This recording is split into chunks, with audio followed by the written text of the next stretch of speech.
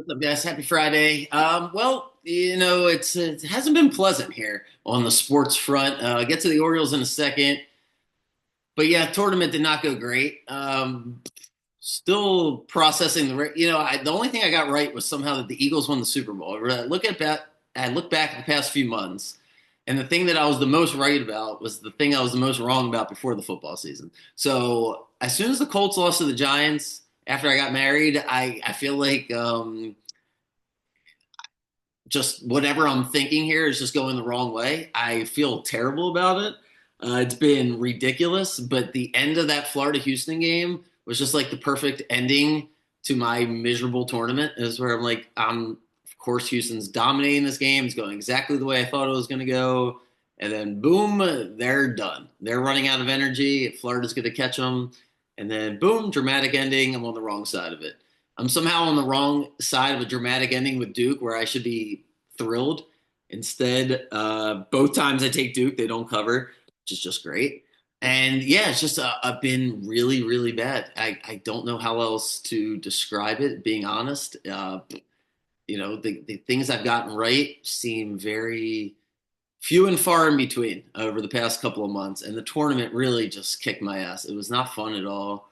I was committed when I kept the company rolling to be like, I'd just be transparent about everything and just see what happens. That's how I roll in life. Just try your best. Whatever happens, happens. So, yeah, I mean, it just is what it is, right? You move on.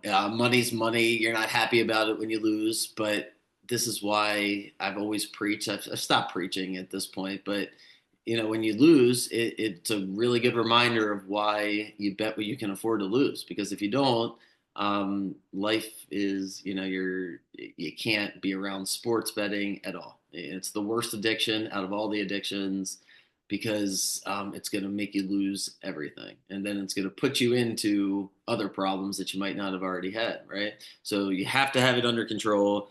And yeah, it just got my ass absolutely handed to me. It started with the Colts losing to the Giants, which cost me all my Colts future bets.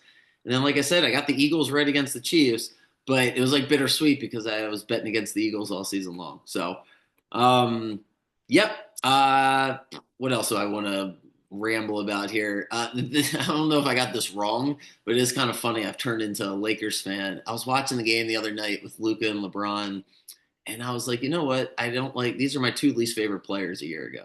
Like how is this possible? Like I can't stand Luca. That was my biggest rant on here when I first started doing content because just the arguing with the officials as he got thrown out of the game the other night for yelling at a fan, but the arguing with the officials and the lack of defense just drives me crazy. And LeBron, I just never liked LeBron. And now I'm watching this Lakers team. Maybe it's also Reeves' fault because I really like him, but I've just completely turned the other way. Like the passing, that's those two guys and Jokic. Like I just absolutely love passing.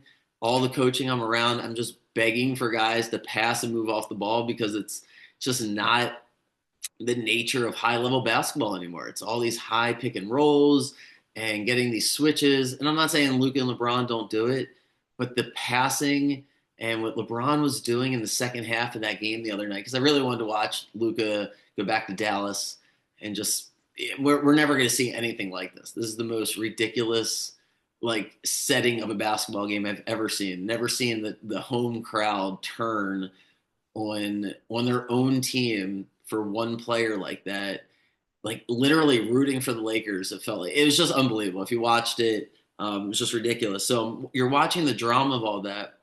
But in the fourth quarter, the Lakers are going to lose the game. Like it felt like Luka was running out of gas, and the Mavs they had the big guys, and it was like, man, Nico's going to get out of here. The general manager and the Mavericks are actually going to win this thing.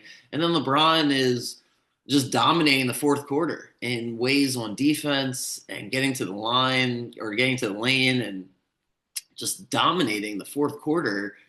And it made me, I don't know, I started like rooting for the late. It was very weird. So I don't know what the hell's going on with me. Trying to figure it out. Still want to root for the Ravens, but for some reason we need to have an investigation, to figure out whether or not we can just release Justin Tucker. So we're still, what, months and months removed from these allegations, and Tucker's not even that great anymore. But the Ravens haven't made a move. The latest is they won't make a move probably for another few months as the NFL. Who knows, right? Who knows? But that's just disappointing all the way around. So it's kind of taken some of the fun away from thinking about football and the NFL draft. But it's the NFL draft's always been fascinating, right? It's like one of the best events, especially the way they do it now with separating, making it a whole weekend thing. So I'm super into the NFL draft, but the passion for the Ravens just in there. Um, yeah, excited about Buzz Williams and Maryland basketball. So I want to see how he finishes out the portal and who he brings in. Doesn't look like Rodney Rice will stay with us. Unfortunately, he's got a couple visits. I really hope he doesn't end up in Villanova. But whatever. Kind of over the whole Willard situation, and I feel like it's all worked out for the best. So excited about Maryland basketball. That's one positive. And now the Orioles stuff. So all right, gonna go like 5 minutes on the Orioles, get my thoughts out and some solutions. That all I really find interesting. And I don't know about you guys, but when I'm listening to people talk about the Orioles and you're not going to tell me any solutions, you're just going to tell me the problems. That's boring. I can just listen to Ben McDonald, wait for the game tonight, and that'll be enough Orioles content for me. So there's a few people that I tend to listen to that'll cover the Orioles that have just been pointing out like what they would have done a week ago or a month ago or a few years ago and the philosophy of the Orioles. And it's like, okay, or telling me all the guys that are injured. It's like, what about a solution?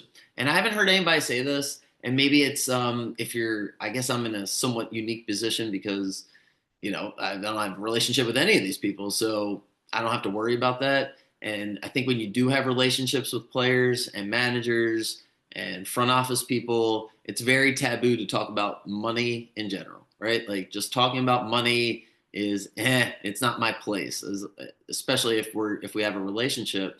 But to me, the Orioles' problems are all about money. It all revolves around money, and the fact that the Orioles haven't invested in their own players, and the people that have gotten the money don't have any blood, sweat, and tears of before the Orioles sucked, or excuse me, when the Orioles sucked before we were good. And Mullins and Mountcastle should have gotten paid. And if you're not going to pay them, before the season, right? If that's what you want to do, which from a business standpoint, I understand. Mountcastle's under control for one more year after this, and Mullins is a free agent after this year. So if you say, hey, you know what? I don't want to pay either of you guys. Let's see what happens. In the Mountcastle situation, he could be traded. And with Mullins, it was kind of, before Cowser got hurt, Mullins didn't necessarily own the center field spot. If he would have struggled the first month, there would have been calls to just let Cowser have center field and be done with Mullins. So instead of the Orioles giving him 3 years, 30 million or something like that, they just didn't pay him. Okay. If you're not going to pay him and Gunner's going to get hurt, it's a really good opportunity to just let him bat first, let him bat leadoff, and give him the opportunity to go make as much money as possible. That would have been good energy with him. Instead, they've moved him around to every single spot in the lineup, and he's actually started off the year pretty good. So he gave you a good reason, and Cowser got hurt. So it was an easy call to just say, you know what, you've been here the longest, Mr. Stable, you get to bat first, period. They haven't done that. It sends a bad message. And similarly with Mountcastle, Mountcastle should bat second or third. That's where he wants to bat, right? Like, I mean, is there somebody on the team that deserves that spot more than him? I don't really think so. If I go through it, like Mountcastle's got the best resume, so why not just let him bat second or third and let him earn as much money as he possibly can and increase his trade value? Instead, you bat him lower in the lineup. It's not a great feeling for him. I guarantee it. Whether he says it or not, whether they even ask him about it or not, your whole life you want to bat second or third. I mean, that's just the reality. So they already have O'Hearn behind him, and there's some situations where he gets platooned, which doesn't make him happy either. And to me, if guys aren't going to be in the greatest mood ever, then it just messes up the whole energy. And the Orioles, that's what built this roster to begin with, was good energy. a bunch of guys that grew up together in the minor leagues and they're friends, and now you've shipped a few of those guys off, and you've paid people that weren't Orioles, right? The guys go look at the payroll and look at who actually has the money this year, and it's nobody that's been here. And other guys are getting paid. Jackson Merrill from the Padres, Christian Campbell, and whether or not there's a deal to be made for Gunnar or Adley, they haven't gotten paid. Westberg hasn't gotten paid. No one got paid. So when I look at what the solution should be for the Orioles, is I would pay somebody at some point instead of just paying the guys to finish it off. It's not a video game. On paper, a video game, however you want to look at it, the Orioles should win 90 to 95 games. But the vibe is guys are getting older, married, kids, and you want to get paid. And there's something just in human nature about going to work every day, knowing having some stability. And I think that the Orioles would have done a better job of making some harder decisions with the roster, of paying certain players and trading certain players. But now the solution, starting tonight, is at least let Mullins, just bat Gunner third, or excuse me, bat Gunner third, and just bat Mullins first and bat Mountcastle second. Send the message and let Westberg bat fourth. That's what would be the top four for me. Send the message to the team that from now on we're trying to figure some things out. But Mullins is our center fielder. He's been here the longest. He's having the best start to the season. Right? Just let him bat first. Let him bat first. He's the leadoff hitter, center fielder. Just be done with it. And Mountcastle, let's figure out what the future is with him. I think he's the best pure hitter on the team. Right? He's been here. He's just give him some confidence instead of jerking him around. He's always in trade rumors. Just let him bat second. Let him bat second. There he is. Let him play most of the time. I think that would be the first solution I would have. Gunner, you can't go back in time and have him spend a few more weeks down in AAA. That's what I think they should have done in hindsight. Who cares? He's here now. Bat him third, right? He's still your best player, so we're not going to penalize him. But let's elevate Mullins and Mountcastle. Let Gunner bat third, and Westberg might be your best hitter by the time we're all finished anyway. So let Westberg bat fourth. Seems to be, in and out of the lineup with injuries here and there. He's playing different positions. It'd be nice if he was just batting fourth, having some confidence there. And then you can mix and match with some of these other guys, O'Hearn and Kjerstad and Jackson and Mateo and Arias. There's some mixing and matching. I get it. You can't have the same lineup every single day. But I guess Adley and O'Neill, Adley is in a different category. I should have included him. He should probably bat fifth and be done with it. And then after that, 6, 7, 8, 9 is we're trying to figure that part out. Kjerstad and Jackson need as many at-bats as possible. But I think you have to have more consistency with your top 4 or 5 guys in the lineup. So that's what I'm sorry. As I was going through it, I forgot I didn't mention Adley, and then I was including him in the other. That would be my top 5 every single night for the Orioles on most nights, right? I would say give or take the off day for one of these guys.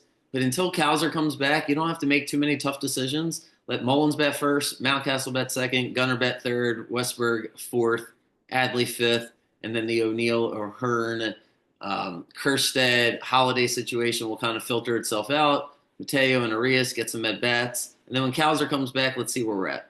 Pitching wise, we're just going to have to speak positivity into existence. I don't know what they could technically do different moving forward.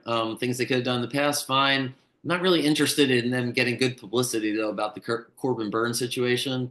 And likewise, I'm not interested in bashing their head over signing Sagano and Gibson because it's already over with, right? And Morton. So those are the guys that are here.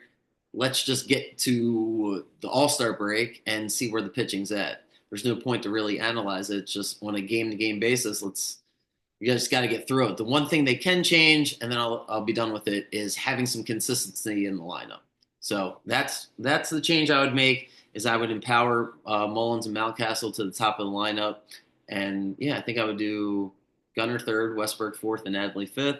And then after that, you go O'Neill sixth, and O'Hearn, Kjerstad, Holiday. You just really stretch it out in a different way. It just takes a lot of pressure off Kjerstad and Holiday, gives them something to work up towards, and Yeah, it gives Mullins and Mountcastle the opportunity to make the most amount of money as possible because now they're the 1-2 hitters on a 90-win team. So, all right, I'm sure everybody cares about my solutions, but there it is.